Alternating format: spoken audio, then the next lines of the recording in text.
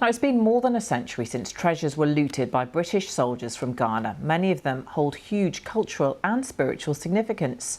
Now, in a landmark agreement, the Victoria and Albert and British Museums in London are returning them on loan to the Ashanti King. Our culture editor Katie Razzle has this exclusive report.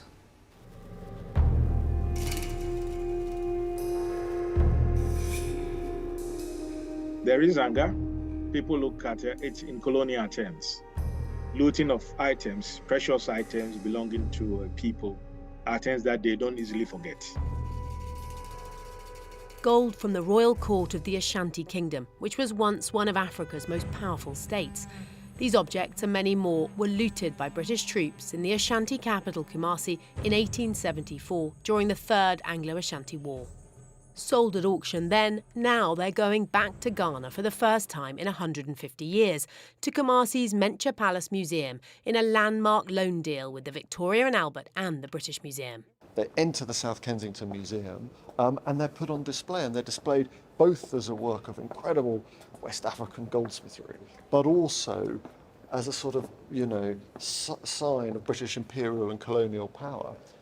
17 V&A items are returning, including a peace pipe used by Ashanti kings, the Asantehene, and heavy cast gold badges worn by courtiers tasked with cleansing the king's soul. The agreement is not with the Ghanaian government, but with Otumfuo Osei Tutu II, the current Asantehene, who once worked for Brent Council, monarch for a people whose history is steeped in gold and wealth. The deal's chief negotiator is Ivor Ajimandia. There's so much interest in these items.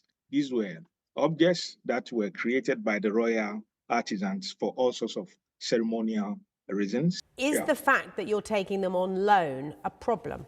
It's not really a problem. At least these objects will be home.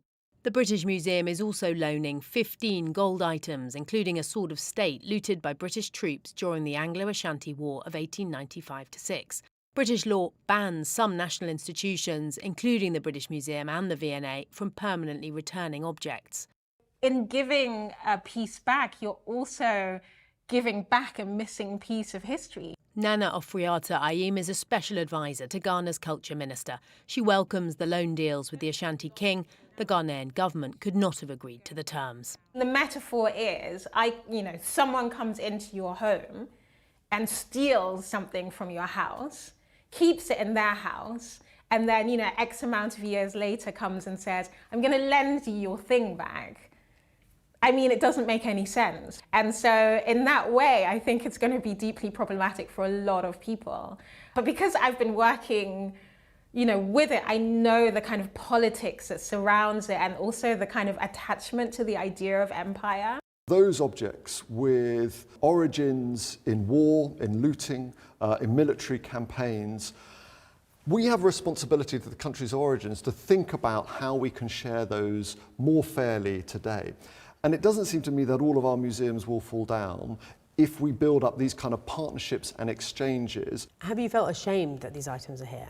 I don't feel ashamed they're here. I feel they're part of a history of British-Ghanaian interaction, some of which is around war, some of which is around slavery, some of which is an incredible creative Ghanaian diaspora in the UK today.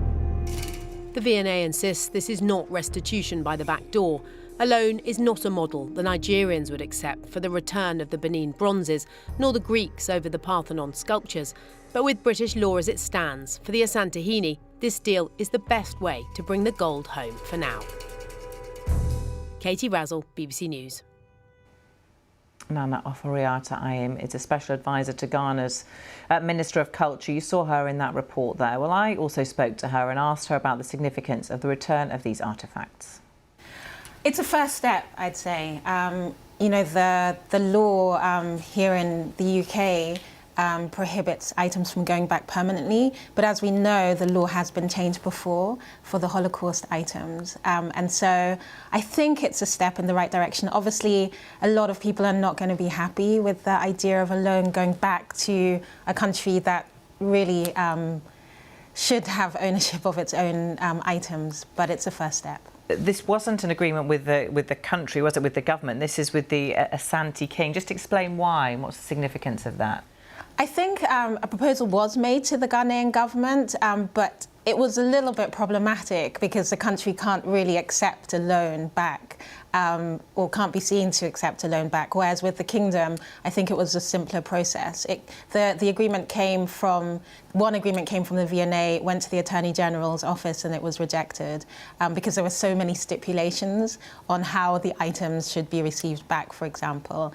Whereas I think, Ghana has enough sovereignty to know how to look after its own items. And these are Asante treasures, aren't they? Tell us a bit more about them.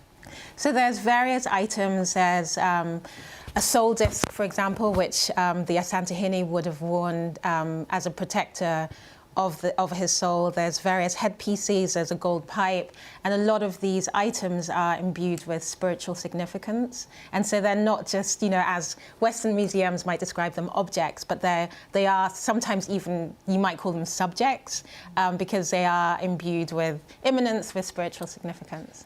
Is there a negotiation that could be reached here, a compromise, do you think, whereby the government would accept anything other than the full return of these items? I mean, I know that in the language of, for example, the V&A, they were calling it a renewable cultural partnership. I think, like I said, I think this is a first step, and I think what would have to happen is some kind of agreement or that goes from government to government. For now, it's the museums that have decided to return the items without the involvement of the UK government. So I think once the UK government gets involved, there's definitely a way forward. What do these items mean? How important is it that they are returned, even if not permanently? I mean, I think, for me, the whole discourse is almost much bigger than just about the return of the objects. We all know the aftermath and the resonance of colonial trauma, and I think lots of things were taken, relatives, people, items, but also the idea of our own cultural sovereignty, our cultural value. And so I think it's almost like a metaphor of this bigger fragmentation, this bigger separation of self, these items coming back. And so it's like I keep saying, a first step towards healing and reparation, I think, on both sides.